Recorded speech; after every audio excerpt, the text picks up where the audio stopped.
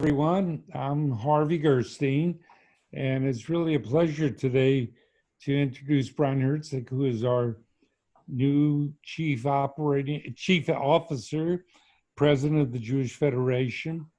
Uh, I was probably one of the first St. Louisans to meet Brian, but I met him in Arizona a couple of days after he took the new job here in St. Louis.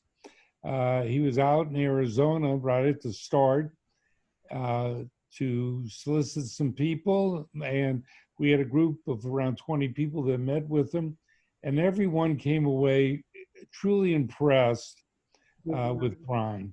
That not only was he knowledgeable, uh, but he was very warm. He had a great background, and we feel that after the extensive search that the Federation put in, that they chose the right person to lead us into St. Louis.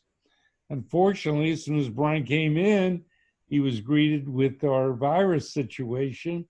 And so here's a group that's supposed to have meetings and meet with people face to face, and he can't do any of that. But Brian has agreed to meet with us today, and I'm very happy to introduce all of you to our president of the Jewish Federation of St. Louis, Brian Herstig. Brian? Well, first of all, Harvey, thank you. The check is in the mail. You were very kind to say some nice things about me, and it is true. You were one of the first couple of people that I met. I see some familiar faces and names on here, but most of you I haven't met before. So it's not part of my presentation. I just thought that I would tell you a little bit about myself. I am pretty much an open book, so I'm open to questions that people have at the end about myself, my professional life, or other things. So my wife and I moved here with our 2-year-old daughter on January 6th. And as Harvey mentioned, I got a good 2 months before COVID really hit and happened. And I've spent the last 6 months or so looking at my lovely front and backyard. That's about the extent of what I've done. I spent the first 15 or so years of my professional career working in Jewish organizations. Started at the JCC in Jacksonville, Florida. I did teen work and all kinds of stuff, and then quickly moved to. I realize I'm more of a forest than a trees kind of person, and I moved to Pittsburgh and worked at the Federation there for about 7 years. And then moved to Minneapolis and spent 7 years as the COO and Assistant Executive Director of the Federation there. And after about 7 years, this is around 2007, 2008. So, right, everybody knows the Great Recession happened. I took the opportunity to work outside the Jewish community, still in nonprofit work, for the next 10 years. So I was in Minneapolis for 17 years. That's where my wife is from. And I did a lot of work outside the Jewish community because I felt like there weren't a lot of new ideas coming into the formal Jewish community. There wasn't a lot of entrepreneurship. And the only way to really do that was to go out and experience some of that. So I worked for 3 different nonprofits in Minneapolis over those 10 years. And then this opportunity came up to come to St. Louis. And there were a lot of reasons why my wife and I felt really comfortable and like this was the right place for us. And we're really glad to be here. And a lot of people say, oh, it's the most difficult way to start a job. You know, the reality is that no matter where you were in the world, this was going to impact you in the job that you were in and the job that you're doing. And it is certainly led to some difficulties, right? It's challenging. It can be really disheartening at times. The way that it's impacting the community, particularly individuals who are homebound and stuff, is really kind of scary. But I've also found it to be a really great opportunity to challenge myself and for us to challenge ourselves, and for innovation and creativity to kind of flourish and occur. So I'm going to spend a little bit of time talking about that. I'm going to share my screen. And then I'm going to, hold on, I got to start this. How am I going to do that? I'm going to go here. I'm going to talk a little bit If you have questions, put them in the chat. If they're really, really, time sensitive, you can unmute and ask. But I thought I'd go through and talk a little bit today about the Federation and its role, particularly in what's going on in the community now due to COVID, and what's happening in general in the community that we're seeing. And if I don't cover what you want, then we'll talk about it in the Q&A and stuff. So the first thing that I wanted to do was talk a little bit about the Federation. When I talk about the Federation, I talk about us being the FCC, maybe not the big FCC, but the little FCC. We have a couple of really important roles in the community. We're a funder. I think everybody understands that really well. It's what we're most known for. We're a communicator and we're a convener. And those last two things are really important because there are 69 Jewish institutions across the state of Missouri. And the Kansas City Federation is in Kansas, although it includes the Kansas City, Missouri side. Really, we're the biggest federation in the state, and we have a responsibility to make sure that everybody understands what's going on. I say that we have a Jewish ecosystem, and that's really important because in any ecosystem, everybody plays a really, really important role. If you were to take out or adjust any one part of the ecosystem, everything else has to readjust around it in order to maintain equilibrium.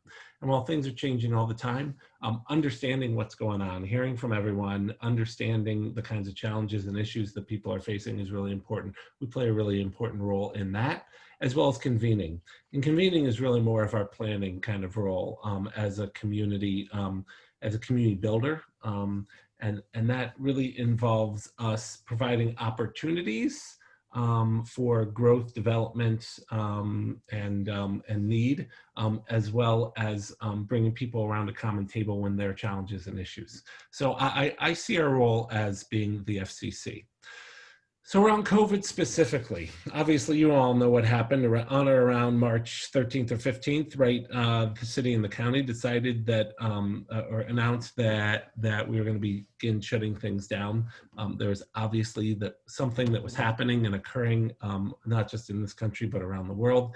And our community investment portion of the organization said, we need to understand what's going on out there. What are organizations seeing?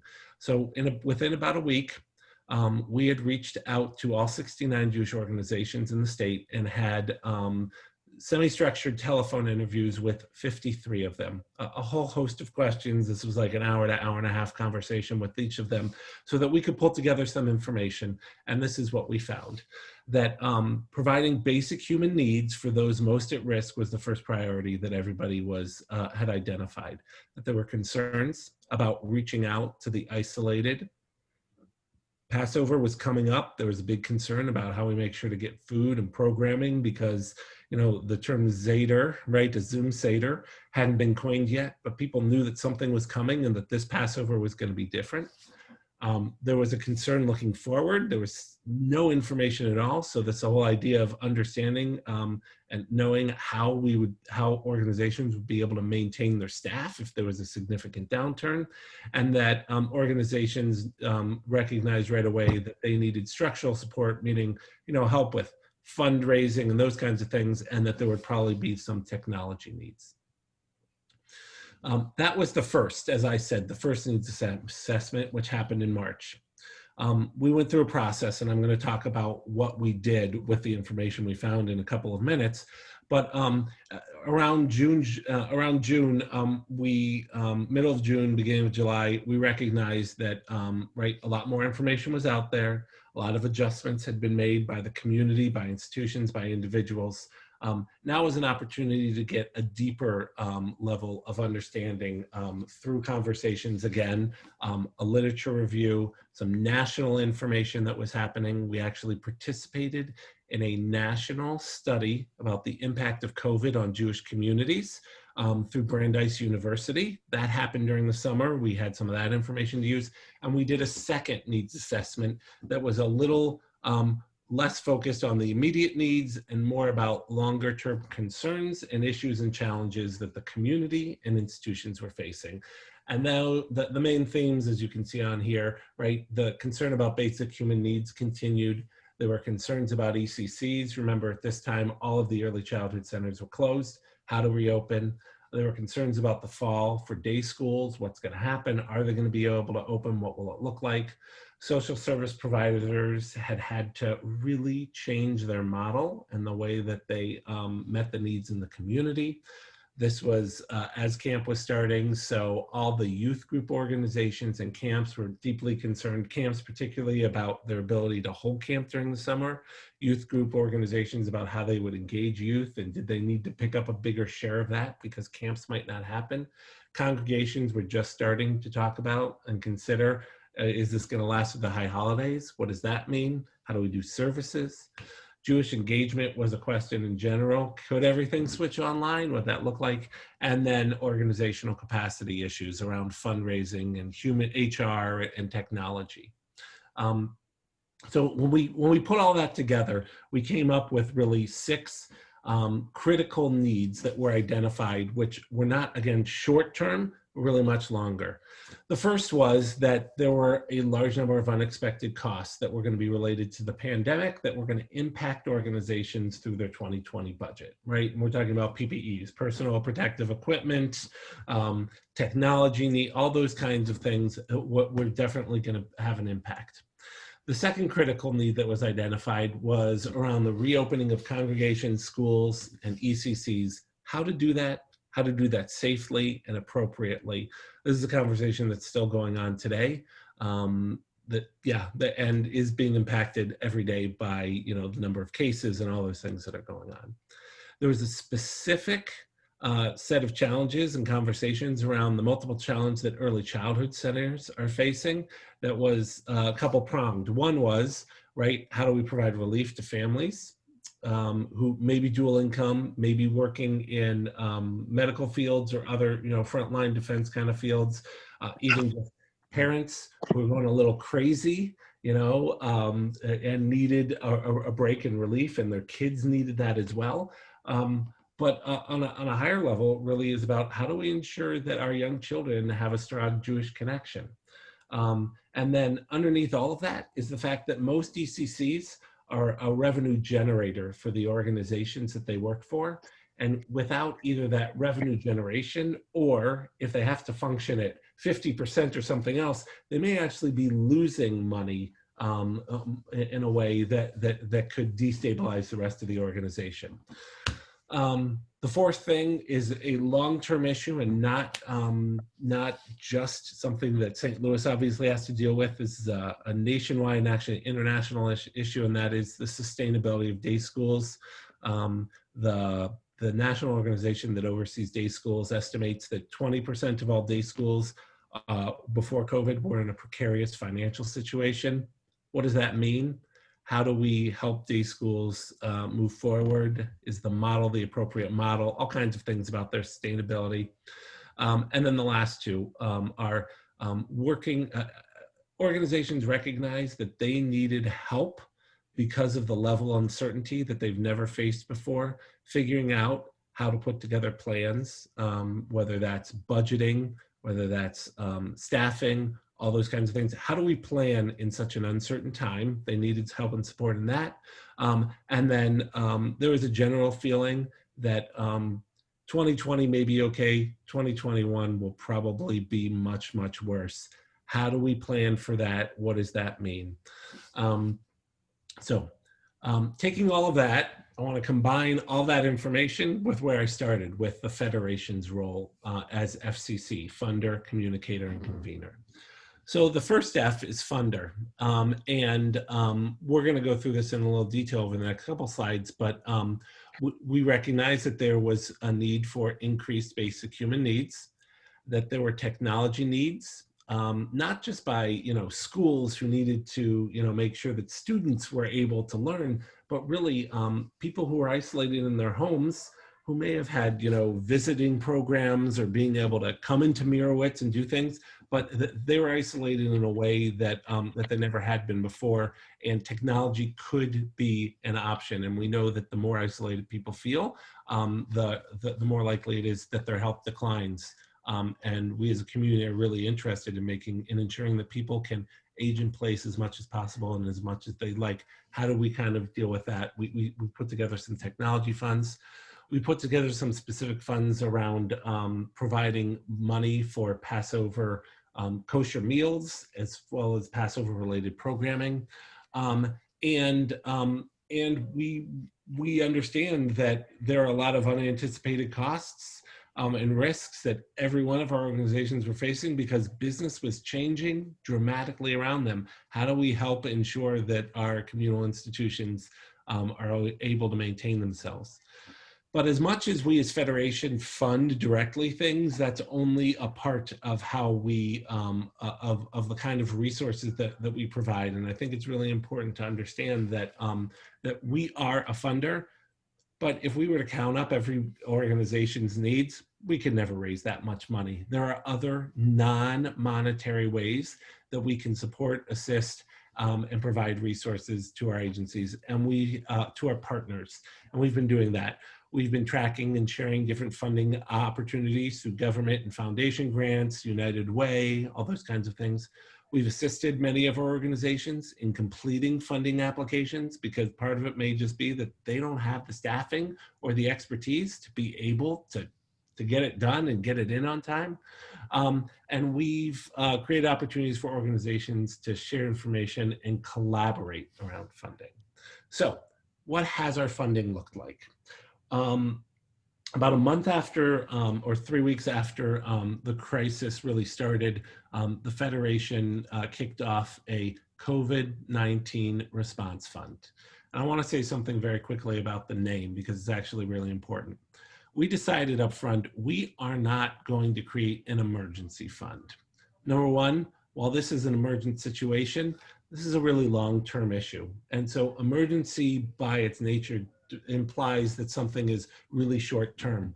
We knew that when we went out to the community, whatever we raised was going to have to be used and spent over a really long period of time because the impact and the effect of what is happening was going to have, as I like to say, a really long tail, right? It's going to be an immediate, emergent kind of situation that we needed to address. But then it was going to last all the way through maybe a year from now when we're going to need to do retraining for people and those kinds of things. We really learned that lesson from 07, 08 during the recession when the community raised a bunch of money and spent the bulk of it right up front. And then the longer term needs that came around people who needed retraining or long-term homelessness or home insecurity or food insecurity. And the community had spent a lot or most or all of that money and those needs still existed. We took that lesson and we applied it here. So as of last week, we've raised about $685,000. And to date, we have invested or committed about 39% of that. You can see $267,000.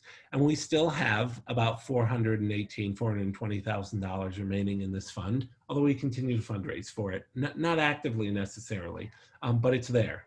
So what have we spent those dollars on? The dollars that have been invested so far fall into 3 categories, and these are kind of arbitrary, but it's what I'm going to use. Feel free to ask questions differently. The one on the left, which is approximately half the money that's been invested so far, is in direct human needs. And you can see that includes cash assistance, food security. That means, food for the Harvey Kornblum food pantry, as well as Tomchei Shabbos, the Orthodox food pantry, as well as about 6 organizations in town are providing kosher meals, prepared or hot or prepared meals at low or no cost. And we are picking up the cost of whatever isn't covered through that, as well as some specific dollars around Passover food. On the far right, the yellow bar, you'll see that that we did a couple of different things. We heard really clearly from our partners that there was a need for technology. And so this is incredible, at least to me. In about a 2.5-week period, we created the idea for a grant, put it out, got people to apply, made decisions, and put money out into the community in less than 3 weeks, which is an incredibly short amount of time. But we had conversations, ongoing conversations with our organizations. This came up as a priority need, And so while we were only able to fund about a third of what was requested, we did put out about $57,000 to our partners in order to address those technology needs. The last two pieces on this are a little more forward-looking, and they're around those non-financial areas of support that we have around scenario planning and then what we're calling cohort roundtables. Scenario planning is really a theory and thought about that's used in times of uncertainty, saying we can't know what's going to happen, but we can have some educated guesses. And so you pick two different variables, and you work to say, in this case, right, we worked on the openness of society. Are people comfortable going out, or are people confined to their homes? And then the recovery of the economy. Is the economy doing well and recovered or not? And you kind of, create an X and Y axis, and then you have four kind of quadrants. And what you do is you work to say, right, if the community continues to be open and the economy is great, what does that imply? What does that mean for us as a St. Louis community? What does that mean for our work? What are the things we need to consider, to do, whatever? And then for each of those four. It's not drilling all the way down, but it's starting to get organizations thinking about the most likely scenarios that exist out there, that they can track over time in real time and start to move their thinking and thoughts along towards those areas that they've done some work in. That's really important work. It takes a lot of time and energy. We're actually providing that to any organization, Jewish organization in town that wants it, at no cost. It costs about $15,000 for us to provide this to the community. All we ask is that they bring a group of 6 to 8 people from their organization and commit to the 5 2-hour sessions that are happening. So it takes a little bit of time and energy, but it's about preparing organizations for the future. And I just want to stress on this, it's not about tomorrow or next month, it's about the 12 to 24 months looking forward.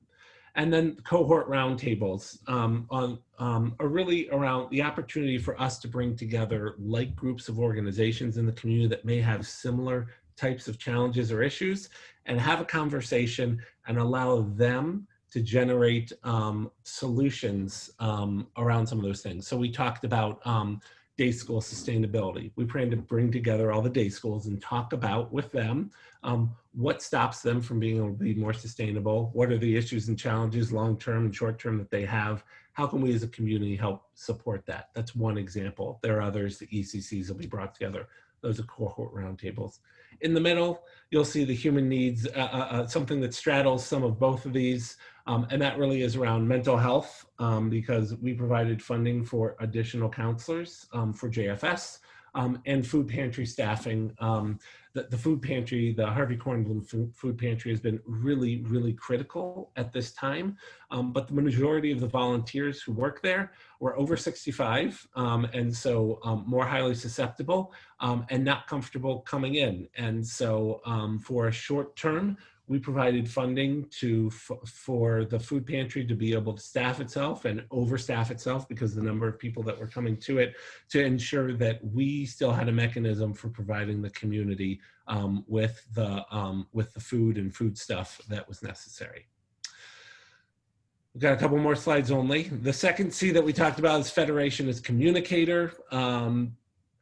This was really communication to partner organizations in the community at large, providing resource materials and distributing it to partner organizations in the community, providing a single place, a single resource on our website for community education and religious offerings. The Federation took the lead in providing a couple of Zoom sessions to the community when this all first started about what is a PPP, what does it mean, can you apply for it, should you apply for it? Actually, this is one of those cases, the next one as well, where we were a leader not just in the Jewish community, but in the St. Louis community. The United Way joined us on those calls and brought their constituent of agencies once they heard about it. So we had about 150, 160 people on those PPP information sessions, a lot of which were members of the Jewish community, but many of which were nonprofits from across St. Louis, not just Jewish institutions. That was a role that we could play. We had an expertise that we could provide. We did the same thing with the last thing on here, the fundraising recalibration seminar. Through our relationship with United Way on the PPP things and the Missouri Foundation for Health, we are in the midst of a 3-session fundraising kind of training series that is open and available to any non-for-profits across the state of Missouri. We're doing 3 of them. 2 of them have been completed. There are over 400 people registered for each of those. Again, something that was an idea we had that we wanted to provide and the broader community found out about, wanted to be a part of. It's clear that it struck a nerve and that people responded because of the kind of response we've gotten. And finally, the final C is convener. Greg Yowitz, the chair of the board of the Federation, and I started the second or third week in March, started weekly community leadership calls. Originally, they were twice a week. They've gone down to once a week. Opportunity for the professional and lay leadership of every organization, of every partner in the community to come together to talk. Sometimes there's an agenda, a speaker, something specific. Sometimes it's just the opportunity for all of us to check in and just take a deep breath and hear from one another the challenges that we're having. We coordinated a community approach to serving older adults during the crisis at the beginning of this, as well as a community approach to volunteer coordination. I know that through those efforts, over 5,000 phone calls have been made to members of the community to do health wellness checks, just to call and say, hey, how are you doing? That was really, really important, particularly at the beginning of this crisis when nobody had any information. There was a lot of uncertainty and a lot of questions. And then we, as a convener, brought together about 42 different community partners and did a change management session with an expert out of Boston. So that is kind of what's been going on in the community and the Federation's role in it.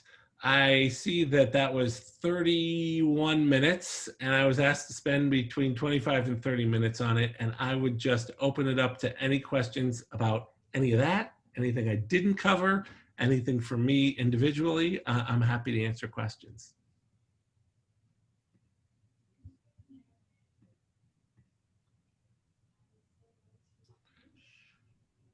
You know, I come from Minnesota. There's this saying, Minnesota nice. Nobody ever wants to ask questions. I found St. Louis to be different. Don't let me down. Okay, I have a question. Hi, Lynn. Hi, Brian. Were there any unusual findings during all of these meetings that you came across that you were unexpected? Well, I mean, from one sense, right, this only happens once every 100 years. So there's no playbook for any of this. So all of it was a little like unexpected because none of us knew how to kind of handle and deal with it. I don't think so. I mean, part of what I would say is that I think that COVID has created a real stress on our environment everywhere. And some of what it did is bring up some new issues, but a lot of what it did was highlight challenges and issues that already existed that people could probably get, you know, kind of ignore, skate over, figure out a way to kind of work through. But because of the stress of COVID, the stress on the economy, the stress on human resources and all that stuff, it brought all that to the forefront. I don't think that there's a ton that I can think of that we've seen that has been that surprising. I think that it's brought up a lot of things that have been laying just under the surface. Thanks. Harvey, you are muted. I saw your lips moving. I'm sorry. What's Federation's continuing role with Israel? Yeah, so, you know, we continue to have a role with Israel. Combined, the 2 main organizations that we fund, the Joint Distribution Committee and the Jewish Agency for Israel, are a $1.2 million, one of our largest investments. We didn't talk about this, but pretty early on in the process, when this happened, the Federation board came together and had a conversation. We had intended to put about $8.4 million out to invest $8.4 million in the community this year. And then COVID hit. And I think that there were a lot of questions of, could we still afford to do that? Should we be doing that? the Federation board came together and said a couple of things. They said, first of all, our partners in the community are having just as hard a time as anybody else, right? If not, they're direct service. They are faced with all of the financial challenges that we are as well. We trust that what they're doing is good and important work, and we trust in how we're doing it. We need to find a way to let them know that we are going to continue to support them and what they're doing.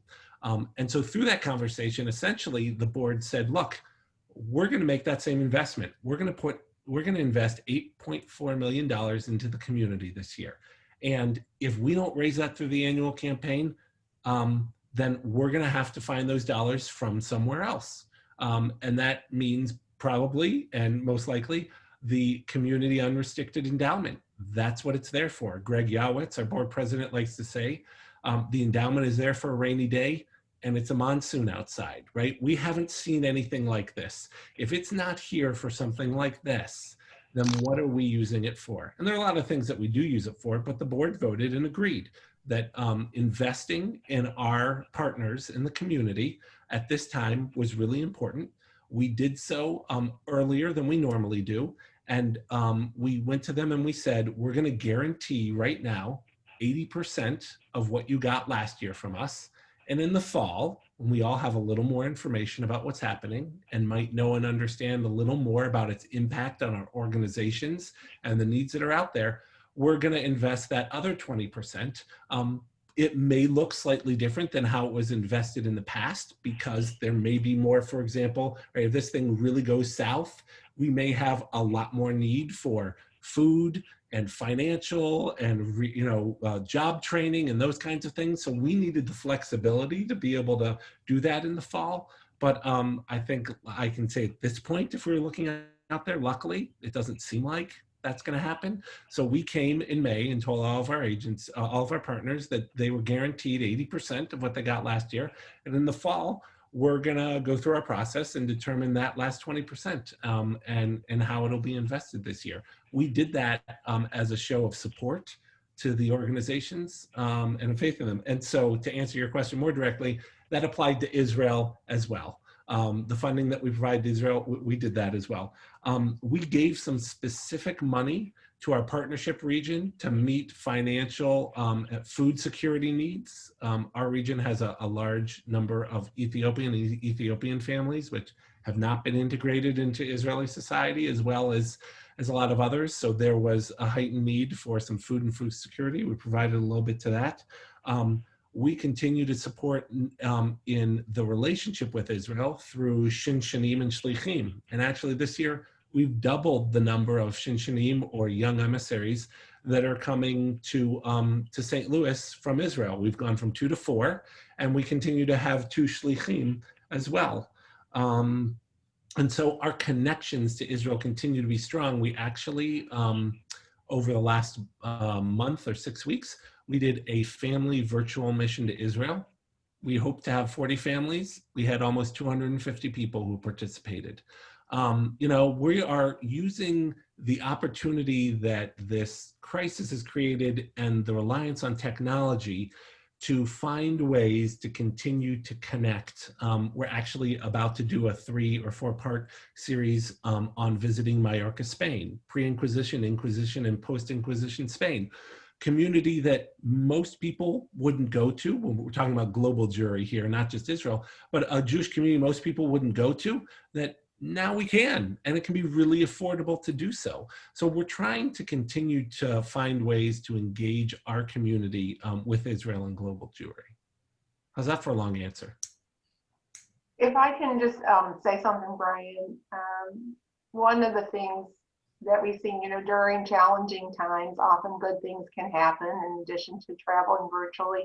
And I think one of the wonderful things that has come out of this are the weekly community meetings that we've been having. I think our community has really gotten to know each other through those meetings and working together and understanding each other's challenges and concerns. And that has to bode well for the future for this community. So thank you for doing that. Well, thank you for saying that, and I agree. You know, there's something else too. When you do something weekly, the level of slight informality you can have, right? When you have a quarterly meeting and it's structured and there's an agenda, it feels a little different. And as Joan said, I think, you know, having them weekly or a couple times a week has allowed our community leadership, and again, it's volunteer leadership and professional leadership together. It's allowed people to, you know, be a little looser and have the opportunity to joke around a little and get to know each other a little more. That can only be good in the long run, for sure. Yeah, thank you. Other thoughts or questions? You can make statements too, as far as I'm concerned. I have one, Brian. Yeah.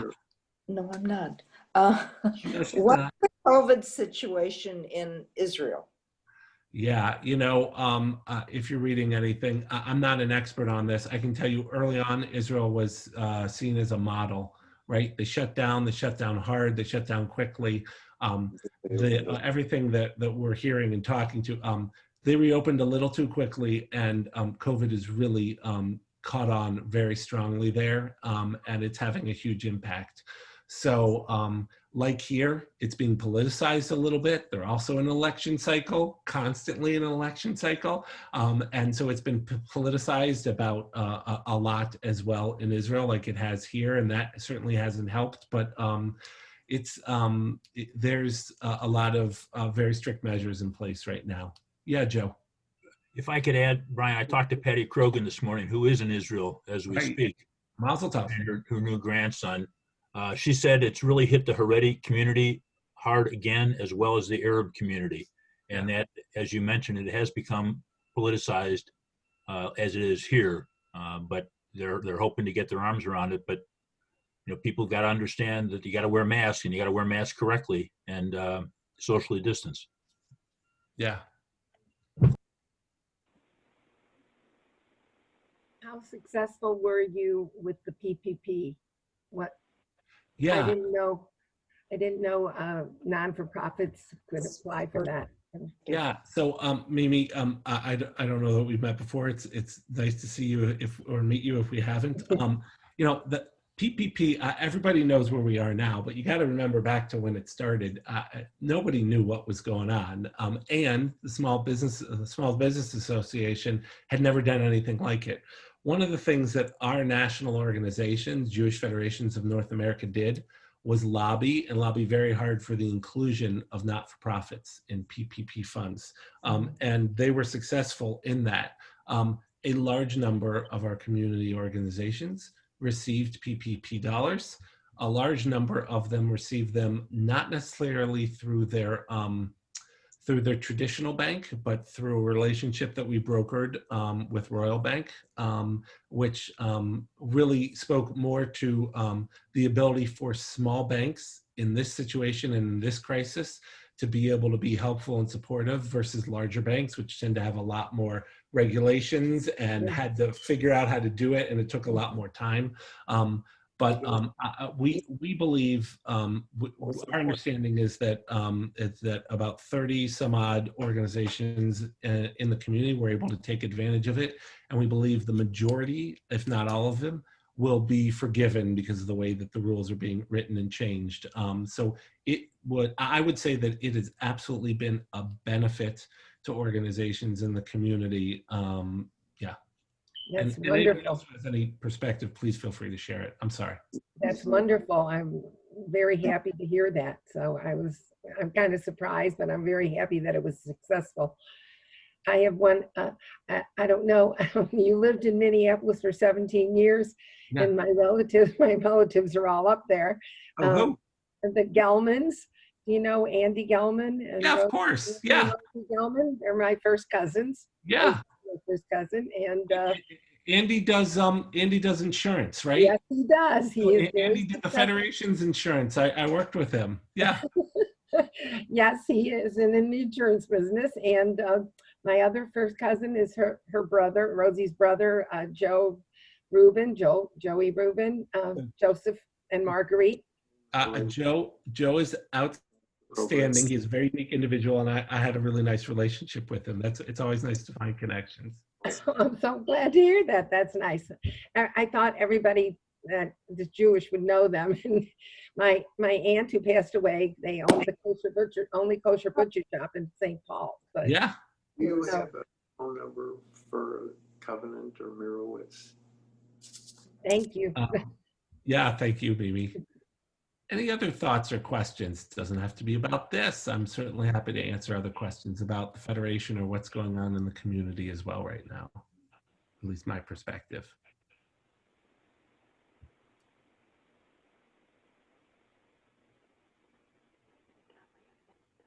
All right, Harvey. Oh, well, I was going to ask you one other quick Yeah.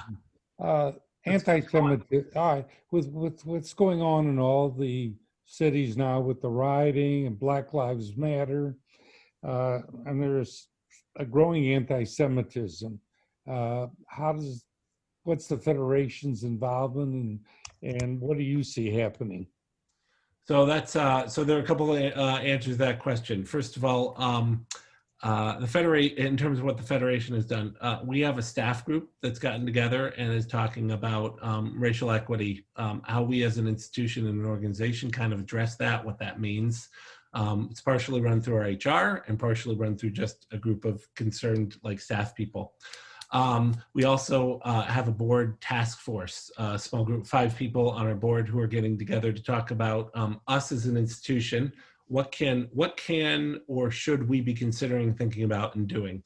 In terms of a communal response, Joe's on this call, thank God. The JCRC really is the organization in our communal ecosystem that really is tasked with taking the lead on that. And they've put together a really great group, JCRE, the Jewish Committee Jewish on Coalition for Racial Equity. Racial equity, which Joe can talk about a little bit, but it's a multifaceted, multi-pronged kind of response to it that has to do with education, learning, training, talking, conversing with one another around it. And it's something that Joan can tell you has come up in our community leadership conversations as well. I mean, this is something that is much broader than us, although there is specifically a Jews of color issue that's been raised around this. And we've started a lot of different conversations in our community with Jews of color, which is a very diverse group of people,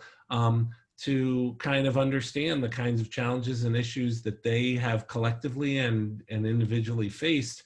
Because the last thing I think any of us want is for someone who is a part of our community to feel like they've been sidelined or left out or marginalized by the community. And we only know what we know, and whether we should have known more or not earlier isn't really the issue any longer. It's about recognizing it and making changes if there are parts of our community that don't feel like they're comfortable being a part of us.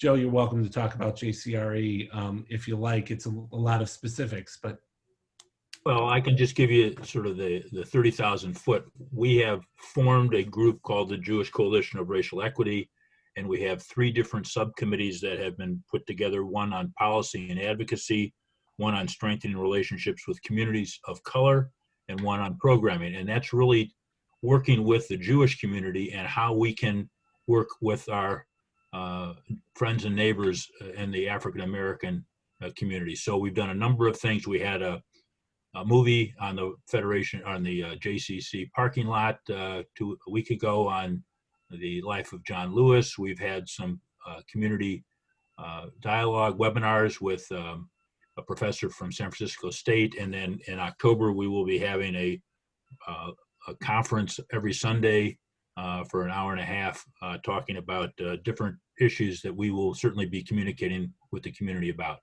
This is an ongoing process. We're not going to be able to snap our fingers and get resolution tomorrow, but it's going to be a slow but steady process to try to right the wrongs that we've seen in our community. Joe, how do you communicate with an organization that's very anti-Semitic to begin with?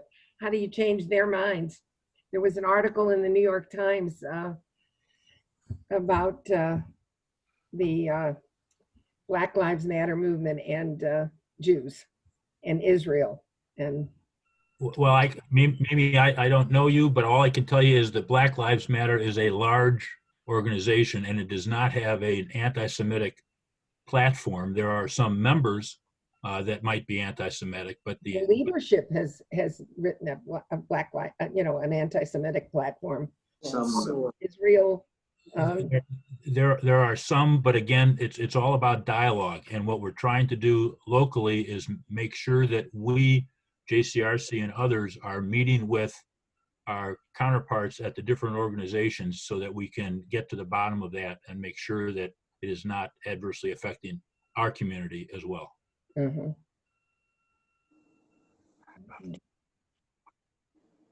Any other questions, thoughts, or feedback? I'd love to hear from you guys about how you've been feeling during this unique couple of 6 months, things that you're particularly aware of or proud of, and things that you think that the community could or should do a little better. Because it's not over. Let's face it, it's not over. So No. what are things that we might do differently or better?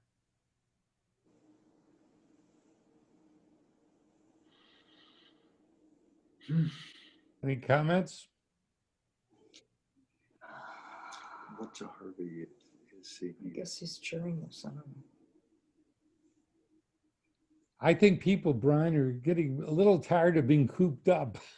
I think we're ready to get out and do things, and yet you're afraid you can't do it. Right.